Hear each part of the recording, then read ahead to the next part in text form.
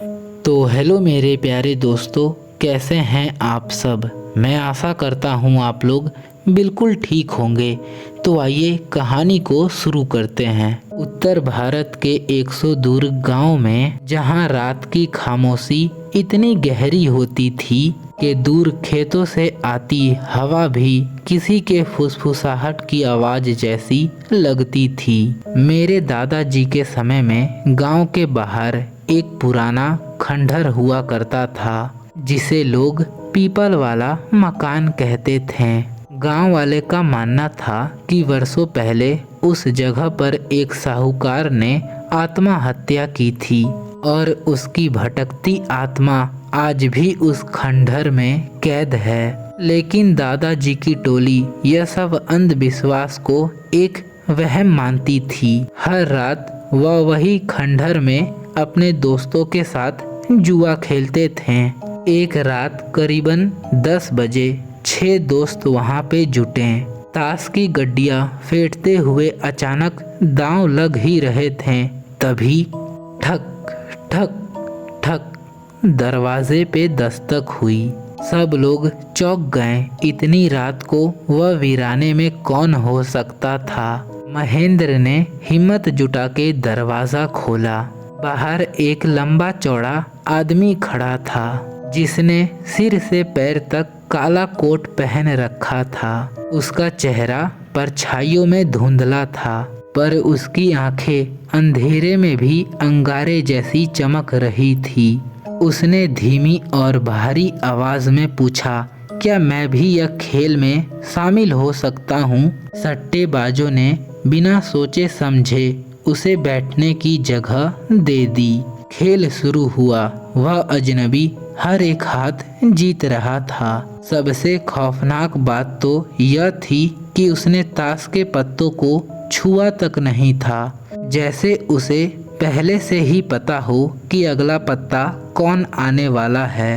रात के 2 बजते बजते बाकी सब अपनी जमा पूंजी हार चुके थे। सिर्फ हरिराम बचा था। हरिराम की जिद थी कि वह हार नहीं मानेगा।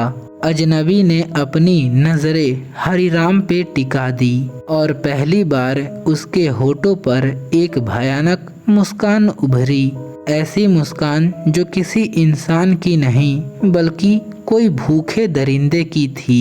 फिर अगला दांव लगा और हरिराम अपना सब कुछ हार गया। गुस्से में वह अपना मानसिक संतुलन खो के वह अजनबी का कॉलर पकड़ लिया। तू धोखा कर रहा है, इतना कहना था कि कमरे का तापमान 0 पर गिर गया। लालटेन की लो जोर जोर से फड़फड़ाने लगी और देखते ही देखते बुझ गई। अंधेरे में सिर्फ वह अजनबी की ठंडी हंसी गूंजी, जो हारता है उसकी जान मेरी होती है। एक चीख सुनाई दी और सन्नाटा पसर गया। जब लालटेन दोबारा जलाई गई तो हरिराम जमीन पे पड़ा था। उसकी आंखें फटी की फटी थी, मानो वह मौत का साक्षात रूप देख लिया हो। डॉक्टर ने इसे हार्ट अटैक बताया, लेकिन उस रात मौजूद लोगों की रूह कांप चुकी थी। हालांकि इंसान का लालच डर से कई ज्यादा गहरा होता है। कुछ महीनों बाद फिर से वही टोली वह खंडहर में जुटी। उन्हें लगा कि वह एक महज संयोग था। फिर रात के 12 बजे वही दस्तक हुई। ठक ठक ठक दरवाजा अपने आप खुल गया। वही काला कोट, वही चमकती हुई आंखें। उस रात जगन नाम का व्यक्ति सब कुछ हार गया। घर लौटने के बाद उसने अपनी पत्नी से कांपती हुई आवाज में कहा, वह मेरे पीछे खड़ा है।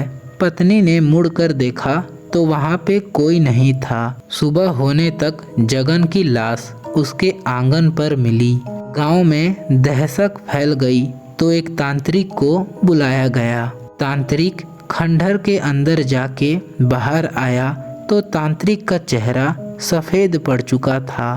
फिर उसने कांपती हुई हाथों से चेतावनी दी, यह कोई आम रूह नहीं, उस लालची साहूकार का आत्मा है जिसका लालच मरने के बाद भी खत्म नहीं हुआ। यह जुए की खेल के जरिए इंसानों की जान खरीदती है। इसे कभी मत छेड़ना। समय बीता, लोगों ने चेतावनी को भुला दिया।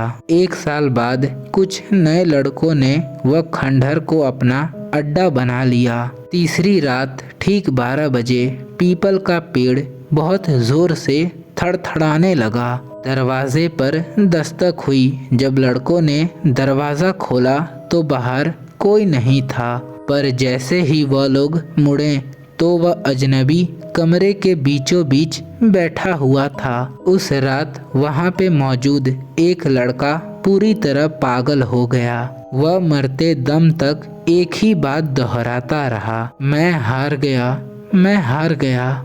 आज उस खंडर को हमेशा हमेशा के लिए सील कर दिया गया है, लेकिन गांव वाले कहते हैं कि आज भी अमावस की काली रात में उस खंडर के अंदर से किसी के ताश फेंटने की आवाज़ आती है। अगर कोई भी वह खंडर में कान लगा के सुने तो अंदर से एक ठंडी फुसफुसाहट सुनाई देती है।